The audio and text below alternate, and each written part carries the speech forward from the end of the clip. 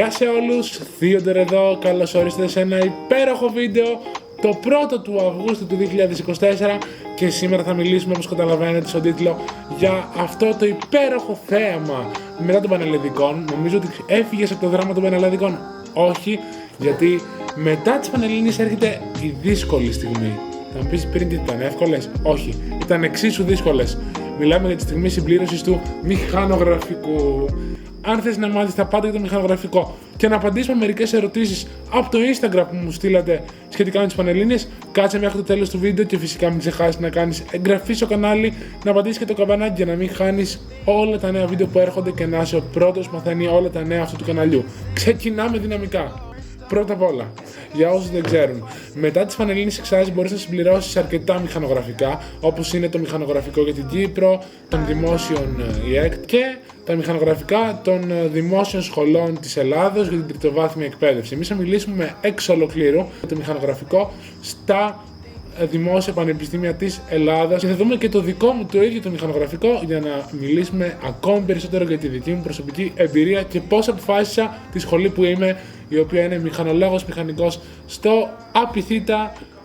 Κάποιος βέβαια μου έφαγε την πρωτιά για 70 μόρια. Θα τον βρω και όταν το βρω...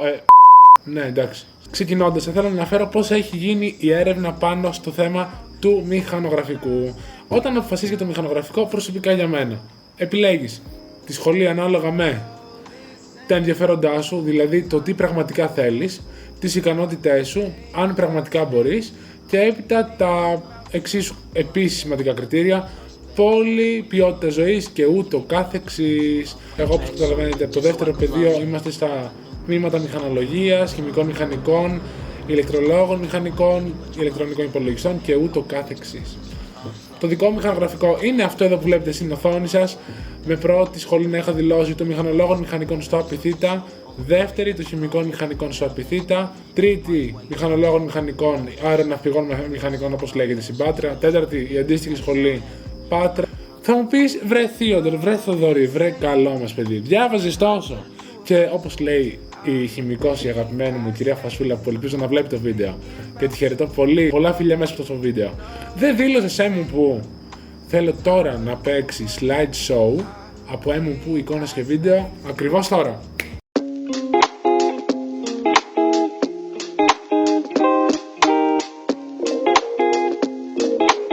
Πλαγήκατε, βλέπω. Δεν το περιμένατε. Θα σας πω εγώ τη δική μου προσωπική εμπειρία. Για να κάνουμε την έρευνα που κάναμε, πήγαμε στα πανεπιστήμια που μας ενδιαφέρουν. Δηλαδή, δεν ξέρω αν κατάλαβες αυτό που είπα μόλις τώρα. Ήμουν στο δίλημμα Αθήνα-Θεσσαλονίκη μηχανολόγων μηχανικών. Το έχω ξεκαθαρίσει μέσα μου. Σε ποια πόλη είναι το θέμα? Και πήγαμε. Να το δούμε από κοντά. Πάμε μου πού, πάμε στο μηχανολόγων μηχανικών το κτίριο συγκεκριμένο, το οποίο είναι μαζί με των ναυπηγών μηχανικών κτηριακά από ό,τι μάθαμε. Και βλέπουμε μια καθηγήτρια, γραμματεία, δεν μπορούσα να καταλάβω κιόλας, νομίζω καθηγήτρια των ναυπηγών μηχανικών. Όσο αυτή μου μιλούσε και μου λέει γιατί δεν πήγε ναυπηγών μηχανικών και έχουμε μεγάλη ζήτηση και όλα αυτά, τη λέω: εγώ μου αρέσει πολύ των μηχανολόγων και ούτω καθεξής.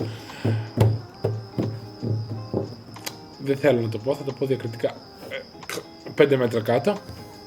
Τα κτίρια ήταν σε φάση, οι πόρτες έγραφαν προσοχή πάνω από τα τζάμια, είχαν μείνει οι άκρες των ζαμιών που είχαν σπάσει και λέει προσοχή καθώς μπαίνετε, είχαν φύγει οι πίνακες κάτω, πεταγμένες καρέκλες, σκουπίδια παντού ή μύριζες, το προηγούμενο που είπαμε, μπράβο, ή γατοτροφή, σκυλοτροφή πεταμένη για τα δέσποτα, οι σοβάδες από πάνω είχε ξεκολλήσει το ταβάνι, όπως βλέπεις από τις φωτογραφίες μου εδώ, βλέπεις πολύ καλά, είχε ξεκολλήσει το ταβάνι και αυτή είναι η κεντρική είσοδος που βλέπεις μόλις τώρα του ΕΜΟΥΠΟΥ, του καλύτερου πανεπιστημίου στην Ελλάδα, από άποψη καθηγητών.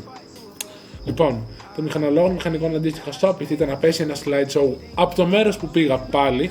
Δεν πήγα σε άλλες σχολές γιατί εμένα με ενδιαφέρει το μηχανολόγων μηχανικών, γι' αυτό άλλωστε δεν ξέρω τι γίνεται τύπου στο ναυπηγών, στο πώς είναι τα κτίρια, στο αρχιτεκτόνων. Εγώ μίλησα με καθηγητές και είδα και το χώρο, την ποιότητα και στα δύο πανεπιστήμια. Ας πέσει το slide για το Απουθού.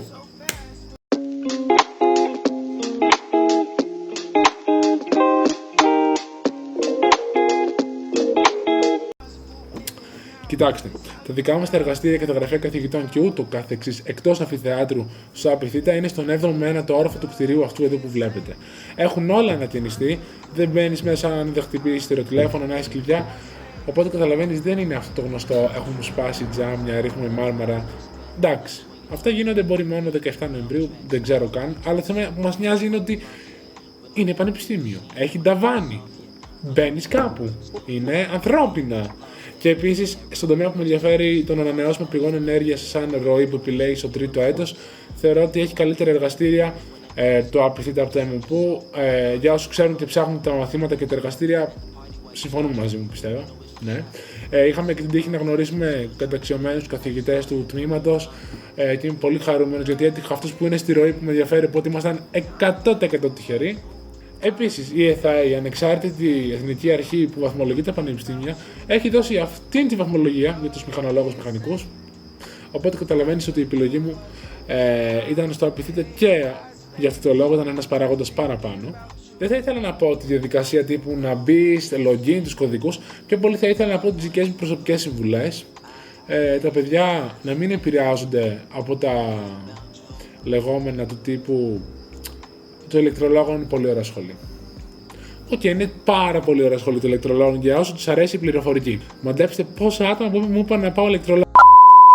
Πέσει ο κόσμος, θα πέσει το ταβάνι αν δεν πας ηλεκτρολόγων και πας μηχανολόγων. Θα παίρνεις τα μισά χρήματα αν πας μηχανολόγων και όχι ηλεκτρολόγων. Θες να αποτύχεις η ζωή σου. Επίσης, μην κάνετε το λάθος του να δηλώσω πού θα πάει ο φίλος μου και τελικά δεν πήγε ο φίλος μου σε αυτή την πόλη και θα πάω εγώ, αλλά εγώ ήθελα να πάω στην πόλη που εν τέλει πέρασε ο φίλος μου και τελικά θα μείνω μόνος και δεν ξέρω αν περνάω τη δεύτερη χρονιά με το 10% Παναγία μου. Δεύτερη μέρα γυρισμάτων, γιατί καταλαβαίνετε ότι κάτι πήγε στραβά την πρώτη μέρα, τελείωσε η μπαταρία από την κάμερα, γι' αυτό είμαι και με άλλη μπλούζα. Θα μπορούσα να βάλω την ίδια μπλούζα για να μην πω τίποτα, αλλά είμαστε ειλικρινείς σε αυτό το κανάλι. Επίσης, σε αυτό το κομμάτι θα έπρεπε να προσθέσω και τις δικές ερωτήσεις που δέχτηκα από το Instagram που έχουμε ακριβώς εδώ στο κινητό μου. Εννοείται ότι το Instagram μου είναι ακριβώς αυτό εδώ. Για όσους δεν με ακολουθούν, τι κάνεις με τη ζωή σου, τράβα ακολούθα με, χάνεις content. Πρώτη ερώτηση, πώς επέλεξες τη σχολή σου, τις σχολές σου που έβαλες στο μηχανογραφικό. Όπως εξήγησα στο μηχανογραφικό ήδη, υπάρχουν μερικά κριτήρια να επιλέξεις. Το καλύτερο που μπορείς να κάνεις είναι το να ερευνάς τα πάντα πρωτού επιλέξεις μια απόφαση όχι μόνο ζωής, αλλά και μια καθημερινή απόφαση. Πρέπει γενικά να ψάχνεις όλους τους παράγοντες, όλες τις επιλογές και να λαμβάνεις κατάλληλες αποφάσεις τώρα. Ούτε να βασίζεσαι σε σχόλια τριγύρω ανθρώπων, ειδικά εμείς που το έχουμε σε μικρές επαρχικές πόλεις. Ποιες είναι οι μεγαλύτερες προκλήσεις για την συμπλήρωση του μηχανογραφικού? Σαν πρόκληση είναι το να μην γίνει καμία βλακεία, ίσως στην συμπλήρωση θέλει πάρα πολύ προσοχή. Όπως ξαναείπα και πριν από λίγο, πρέπει να ελέγξεις, να ξαναμπείς η φόρμα και να δεις να γράφει ο τάδε υποψήφιος υποψήφια με τον κωδικό αυτό. Έκανε το μηχανογραφικό του, έχει παραδώσει το μηχανογραφικό του και σου βγάζει το μηχανογραφικό από κάτω. Πάντα να ελέγχεις τα πράγματα δις και τρεις για περισσότερη σιγουριά και ασφάλεια. Επιπλέον πόροι, χρήσιμες πηγές και ιστοσελίδες για να ψάξεις τα μαθήματα των σχολών σου. Υπάρχουν καταπληκτικά βιβλία που λέγονται Πάμε Πανεπιστήμιο που γράφουν τα μαθήματα σπουδών ανά χρόνο. Δηλαδή, αν εγώ είμαι μαθητής που έδωσε στις Πανελλήνιες π.χ. το 2024, το βιβλίο αυτό γράφει τις βάσεις, τα μαθήματα και όλα αυτά για το 2023. Το 25 για το 24 και ούτω καθεξής, αλλά π.χ. μερικά μαθήματα πολύ δύσκολα αλλάζουν. Είναι πάρα πολύ καλά βιβλία να επιλέξει κάποιος για την πραγματική του προσωπική έρευνα, αλλά εφόσον ξέρεις τη σχολή σου που θες ακριβώς, δηλαδή το βιβλίο αυτό περιέχει όλες τις σχολές, όλα τα μαθήματα, τι μπορείς να κάνεις για μεταπτυχιακό, μεταγγραφές, εργασιακά δικαιώματα, επαγγελματικές καριέρες, εναλλακτικές καριέρες. Είναι πολύ καλό. Αλλά αν θες κάτι πιο εξειδικευμένο, δηλαδή ξέρεις τη σχολή που θες τη μία, καλό είναι να μπαίνεις στις ίδιες τις σελίδες των πανεπιστημίων, οι οποίες γράφουν κατεξοχήν καθηγητές, βιογραφικά, μαθήματα, εξάμηνα, ώρες πρέπει να διαβάζεις για το κάθε μάθημα. Είναι πραγματικά ό,τι καλύτερο, είναι η άμεση ίδια πηγή, είναι σαν να το παίρνεις από το στόμα του λύκου. Πώς μπορείς να γράφεις πάνω από 19.000 Πανελλήνιες, πόσες ώρες χρειάζεται να διαβάζεις? Μου την έκανα πάρα πολλά παιδιά αυτή την ερώτηση, το καλύτερο που μπορώ να προτείνω εγώ. Δεν θέλω να ακούσω πολύ θεωρητικό, τα έχω απαντήσει και στο προηγούμενο μου βίντεο, μπορείς να τα βρεις ακριβώς εδώ πάνω, θα εμφανιστεί σε μια κάρτα. Θέλω πλέον να πω κάτι. να ξέρεις εσύ ο ίδιος ότι αυτό που κάνεις είναι καλό. Τι εννοώ? Πρέπει να έχεις αυτογνωσία ότι εγώ, αν πάω να γράψω με αυτά που ξέρω τώρα, με την προσπάθεια που έχω καταθέσει, θα πάρω 12, θα πάρω 14, θα πάρω 16, θα πάρω 18. Αυτό είναι ό,τι καλύτερο, γιατί αν έχεις καλή αυτογνωσία, μπορείς να εντοπίσεις με μεγάλη σαφήνεια τα ελαττώματά σου, να τα διορθώσεις. Πάντα για να γίνει αυτό, σωστή προϋπόθεση είναι να μην πιέζεις τον εαυτό σου. Δηλαδή, εγώ προσωπική μου εμπειρία δεν σταμάτησα ποτέ να κάνω το handball χειροσφαίρι στο σχολείο μου, γιατί ένιωθα ότι αυτές οι 2,5 ώρες την εβδομάδα θα με εξεθένουν, θα έδινε ενέργεια και θα λειτουργούσα πολύ καλύτερα. Μία βόλτα για κάποιον συμπόλη, περπάτημα και όλα αυτά μπορεί να τον ξεθεώσει. Βρείτε πράγματα, όχι χρονοβόρα, μισής μία ώρας, για να μπορείτε να χαλαρώνετε και μετά να σας φαίνεται ακόμη πιο καλό το διάβασμα. Προσωπικά, εγώ διάβαζα από φθινόπωρο μέχρι Μάρτιο 4 ώρες και μετά Μάρτιο, Απρίλιο, Μάιο 8 με 10 ώρες για τη δική μου κατεύθυνση πολυτεχνία, που θεωρώ, όχι επειδή πήγα εγώ, αλλά επειδή όντως θεωρώ ότι είναι από τις πιο δύσκολες κατευθύνσεις. Οπότε το καλύτερο πράγμα είναι να βάζεις πρόγραμμα. Ποτέ δεν θα χρειαστεί να διαβάσεις πάνω από 12 ώρες, 10 ώρες, αρκεί να μην έχεις επίσης, σημαντικό πάρα πολύ, κενά στη Δευτέρα Λυκείου και ίσως στην Πρώτη Λυκείου, κάποια μαθήματα όπως είναι η άλγευρα, η φυσική ειδικά της Πρώτης Λυκείου και η χημεία. Τώρα π.χ. ΑΟ, ΘΑΕΠ δεν υπάρχουν στην Πρώτη Λυκείου, οπότε δεν μπορείς να έχεις και αντίστοιχα κενά. Γενικά συναισθήματα με τα αποτελέσματα των πανελλαδικών. Πολύ ωραία ερώτηση, ευχαριστώ πάρα πολύ. Σίγουρα χαρά, καταξίωση, όλα αυτά, γιατί είναι μια προσπάθεια και πρέπει να ανταμειφθεί, άλλες φορές δεν ανταμείβεται. Κάθε προσπάθεια δεν συντονίζεται πάντα με την επιτυχία, συντονίζεται όμως σίγουρα με τη σκέψη του ότι δοκιμάζω για να πετύχω ή γενικά για να αποκτήσω γνώσεις, που είναι και τα δύο εννοείται εξαιρετικά πράγματα. Και ίσως μπορώ να πω δικαίωση, γιατί πάρα πολλές φορές, επειδή έκανα τα πράγματα που πραγματικά ήθελα και να το πω πολύ έτσι λέγα γούσταρα, δηλαδή έκανα το άθλημά μου, έβγαινα έξω κανονικά, δεν σου λέω να βγεις την τελευταία μέρα πριν, αλλά το ότι κάνεις αυτό που θες, πολλοί το κατακρίνουν.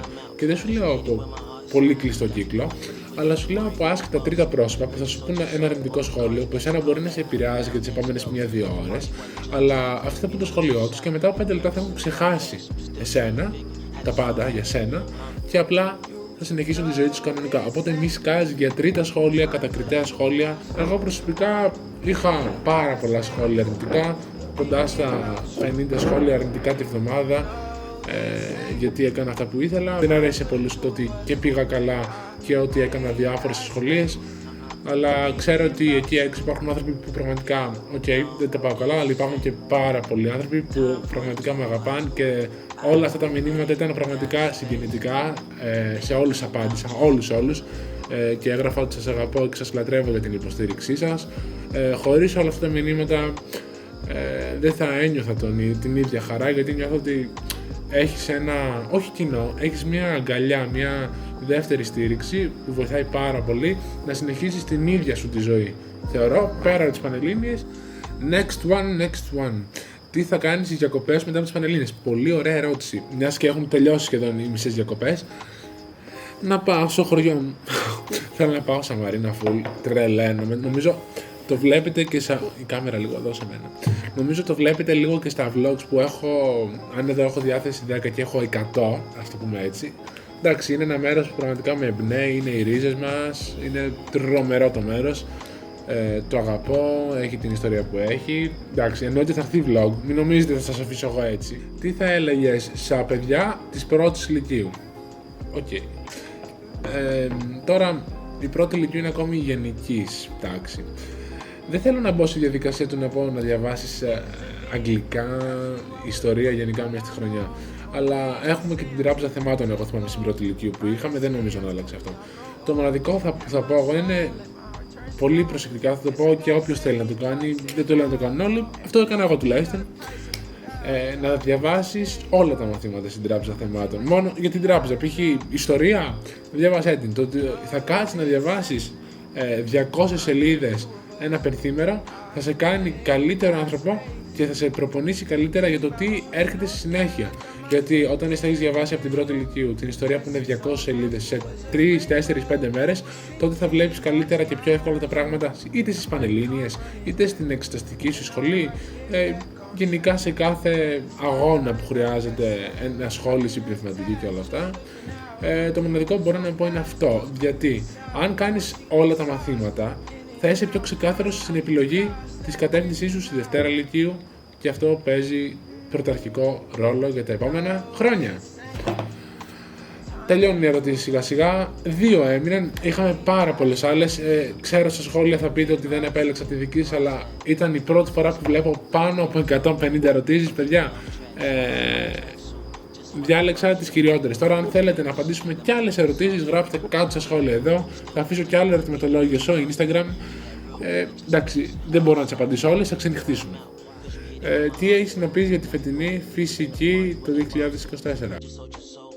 Οι άνθρωποι μας αγαπούσαν τώρα τόσο πολύ που 12 Ιουνίου μέσα στη ζέστη μας έβαλαν θέματα ωραία. Λοιπόν, όταν πήρα εγώ story time πολύ μικρό, τα γραπτά, το γραπτό δηλαδή, νόμιζα ότι πήρα για 2 άτομα και γυρνάω πίσω και λέω να δώσω και στον πίσω. Και μου λένε, ένα είναι για σένα. Ήταν έτσι 10 σελίδες, βγάλω το τυπολόγιο, εντάξει, ας πούμε 9 σελίδες, 8, 9 σελίδες έτσι. Πώς είναι το Run Greece, κάτι τέτοιο. Έτρεχα. Να μην σας τα πολυλογώ.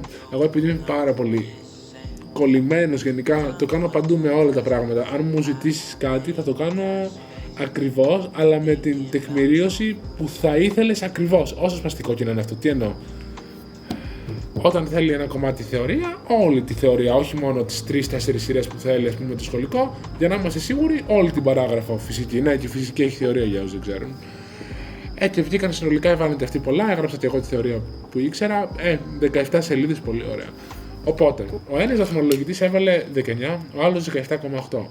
Και ήμουν σίγουρος ότι θα υπάρχει αυτή η διαφορά των 6 μορίων, γιατί τα τελευταία 6 μόρια, τα τελευταία 2 ερωτήματα, τα είχα αλλάξει 4 φορές. Και τα είχα κάνει σωστά εν τέλει, απλά δεν ήταν και το καλύτερο σαν γραφικός χαρακτήρας. Ήταν λίγο σαν είναι λίγο κοινή κρυμμένου θησαυρού μέσα στο γραπτό. Πόσες φορές τη βδομάδα έκανες γενική επανάληψη στη θεωρία? Θεωρία, όταν λέμε θεωρία, είναι μαθηματικά, αποδείξεις και ορισμοί, χημεία το σχολικό βιβλίο, φυσική σχολικό βιβλίο, έκθεση τώρα είναι παράξενα τα πράγματα. Ο καθένας βγάζει τη δική του θεωρία.